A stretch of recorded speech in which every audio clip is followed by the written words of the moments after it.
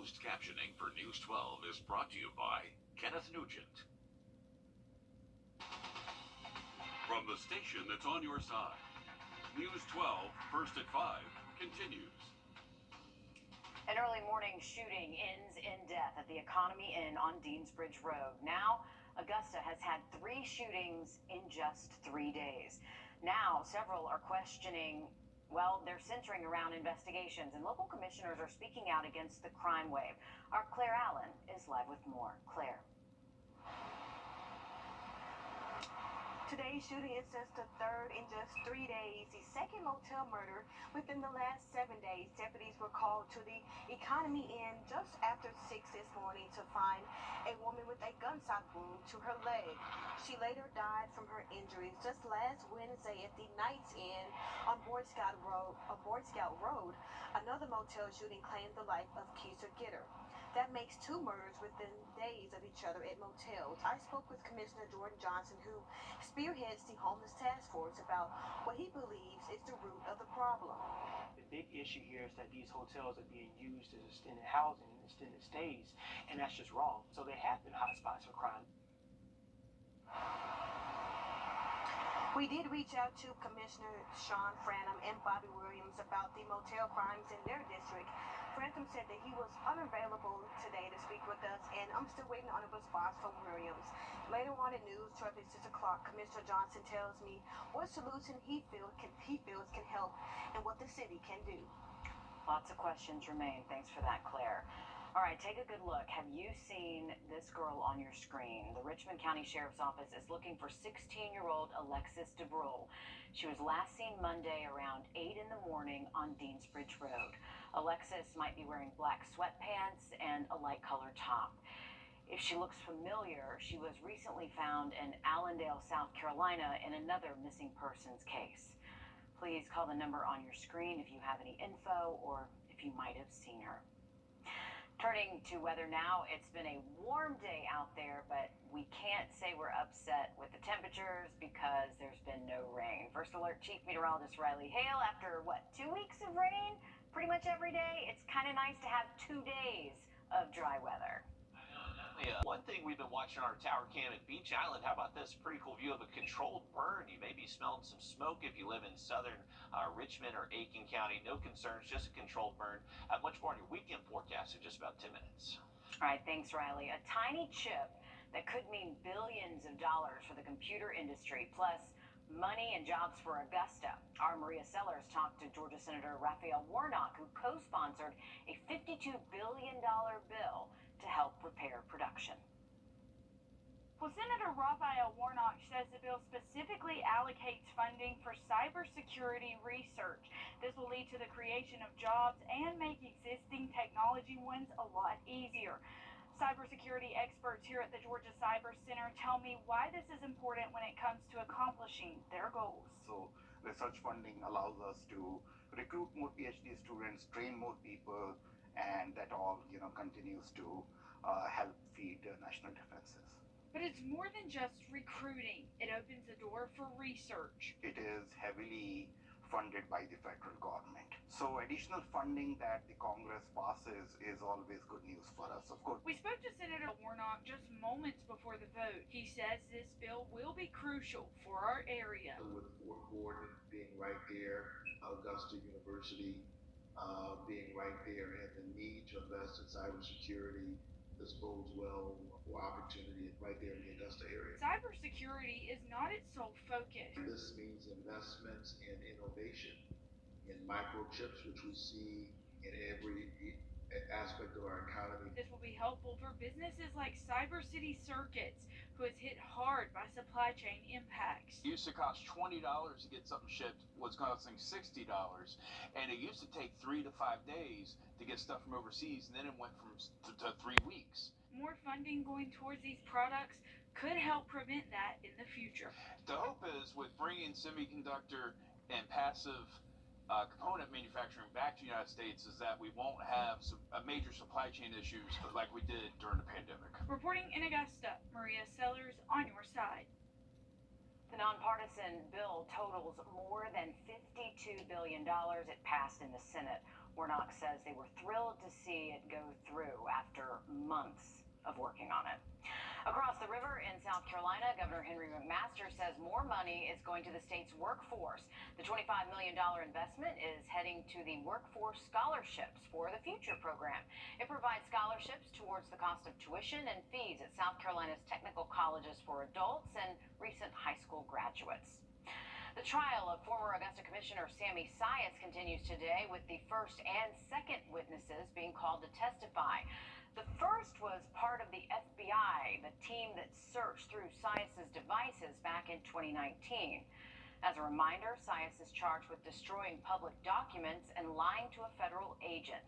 In just 30 minutes, our Craig Allison joins us live, breaking down today's testimony.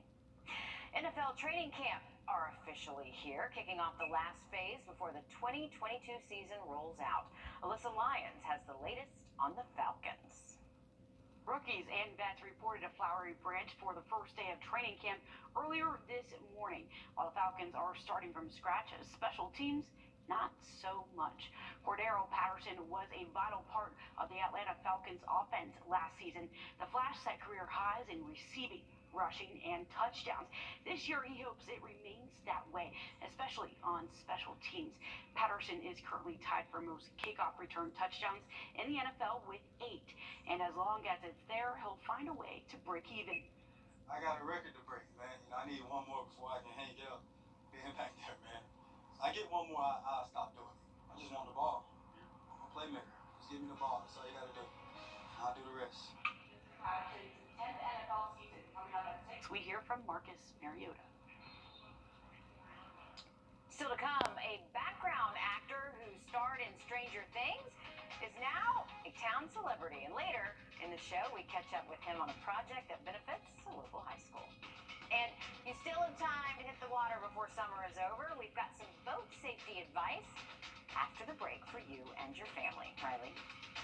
Well, it is now official. We hit 97 degrees at Bushfield, one of the hottest days we've seen for the entire month of July. We'll take a look at your Thursday and weekend forecast just after break.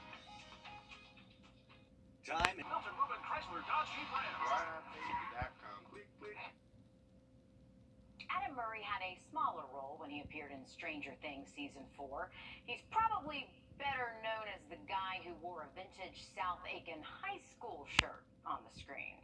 Well, he had never been to Aiken before, and the shirt choice was just a random selection from Wrdw, we're told. But now he's pretty much a local celebrity, and to give back to the community, he is playing a comedy event. Our Will Volk caught up with him to see how the local school will benefit from this event. The turn of events to lead to this point is just bananas. Adam Murray can't believe everything that's happened just because he wore this shirt. I've never seen something go this crazy over a wardrobe choice. That to me is the interesting part of it. This vintage tee is now selling all over the country, and in the Aiken area, his cameo has given him local celebrity status. Now, he's getting ready to bring a comedy show to Aiken. Normally when I do stand-up comedy, I go to a comedy club and they pay you to come perform or whatnot.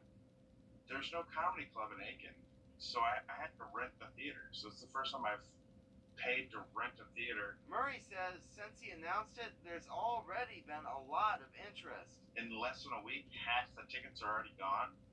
So, I mean, it's crazy. People are definitely excited about it. And Murray's excited too to have all this happen because of a shirt. I mean, of all the things, you never think it's going to be what t-shirt you wore that people are going to go crazy over. In Augusta, Will Volk, on your side. Murray says part of the proceeds will go to South Aiken High School. That show is coming up in about 3 weeks. It's at the Aiken Community Theater. Taking a look outside. Choppy at times up at the lake. Better storm chances this weekend, so heads up if you got any outdoor plans. All right, thanks, Riley. If you're heading out on the water this summer, always make sure you're staying safe. Our first alert meteorologist, Anthony Carpino, met up with the folks at Clarks Hill Marina and has the best tips for staying safe on the boat. It's summer in the south, the heat is cranking, and the humidity is making it feel close to 100 degrees. One of the best places to get some relief is at the lake, but it's important that you're staying safe, especially if you're taking the boat out. And one of the easiest things you can do is wear a life jacket. When you're on a boat, every person has to have a life jacket for every person on the boat. The ones we are wearing are a little bit more safety oriented, so they pull string. They're not uncomfortable or anything like that. The ones you have are water activated, so if you fall in the water, they're going to activate themselves. Any type of life jacket will work, just make sure it fits you properly and is meant for your weight. When you're underway, be sure to check your surroundings, look for other boaters, and always watch your speed. If you're in a no-wake zone, there should be no white water behind your boat. Pay attention to other boaters, of course, and always your no-wake zones. They are marked with no wake on the signs, and watch. Make sure you're not going too fast, and just pay attention to the other boaters. Something else to keep in mind, the weather. That's always a big thing. Watch your weather, because this lake can turn on you in a heartbeat. It'll be like this within 45 minutes to an hour. You're rolling 3 to 4 footers. And with the weather changing fast, it is always a good idea to download our First Alert weather app. You can track the pop-up showers yourself, which is a great tool to have if you're out on the water. If you've got kids, you've got Legos, and maybe no idea what to do with them all. Well, coming up, we have a smartphone app that can certainly help. The live by camera now. Governor, I'll work for One Georgia where we all rise. Growing up in this country, Legos, sometimes a parent's worst nightmare. If you have them, they're probably scattered throughout the house. Our consumer tech reporter Jamie Tucker has found an app that uses magic to see what anyone can build with the scattered sets they already have. There are nearly 100 Lego bricks for every one person on the planet. How many of the plastic pieces do Colin and Cole Alter have? Upwards of a couple of thousand Legos. 5,452. Not bad guesses. And their parents find them everywhere. In the bathrooms, in the playroom, in the kitchen, you're always finding Legos. Have you ever stepped on one? Oh yeah. Barefoot? Oh yeah. You see, the boys don't play with them a lot. I mean, look at this pile. I like to consider myself somewhat of a creative person, but I don't even know where to start with that pile of Legos. Brickit is an innovative smartphone app that uses the camera and artificial intelligence to magically reveal the impossible. Aiming the camera at the pile, Brickit scans and recognizes each piece and then digs through its database. And so it gave you 243 ideas to do with them. To show you a photo of each thing you can build with what you have and which pieces you'll need. What are we doing? Pelican. A pelican. For some Lego fans, searching for the right piece is part of the fun. I don't think we have those 3. But if you just can't find it in your pile, the Brickit app can find it for you. Oh, right here. Found it. When you're done, Take it. There it goes. snap a photo and save it to your profile so you can tear it apart and build something else. So over just the last 24 hours, the authors have put together about a dozen different creations because of that Brickit app, and I think Mom and Dad are enjoying putting them together just as much as they are, and no one stepped on one. That's What the Tech. I'm Jamie Tucker. Okay, that's cool. There's a free version of the app, but for all of the features and more designs, there is a premium subscription that costs $40 a year. It's available for iPhones and Android devices. Twitter has set the dare for shareholders to vote over the $44 billion Elon Musk buyout. It is set for September 13th. The announcement comes as a legal fight between Twitter and Musk over the deal intensifies. Musk earlier this month moved to terminate his agreement to buy Twitter. The shareholder vote is one of the few remaining official steps needed to complete the deal. Well, we are getting a day closer to the weekend forecast, and it looks like our storm chances will be a little bit higher, so plan accordingly. Those storms look most likely into the afternoon. Now look at that 7-day for you just after the break. The James Webb Telescope is on a 10-year journey in space, and now it will journey around the U.S. as a stamp. It is the U.S. Postal Service's latest forever stamp honoring the modern marvel, the largest and most complex telescope ever deployed in space. The 60-cent stamps will come out on September 8th. Sheets of 20 will cost $12. Those are pretty cool, Riley. I think some collectors may hold on to those. Oh yeah, absolutely. Definitely a very cool stamp to get your hands on, and definitely amazing things that James Webb Telescope is doing for us. Hey, going out to beach, so a heads up if you're trying to make those outdoor plans. All right, thanks, Riley. The Uvalde school shooting sparked a nationwide conversation about school safety. Next on News 12 at 6 o'clock, we show you how a local school district is training. Investigate TV is here, digging deep into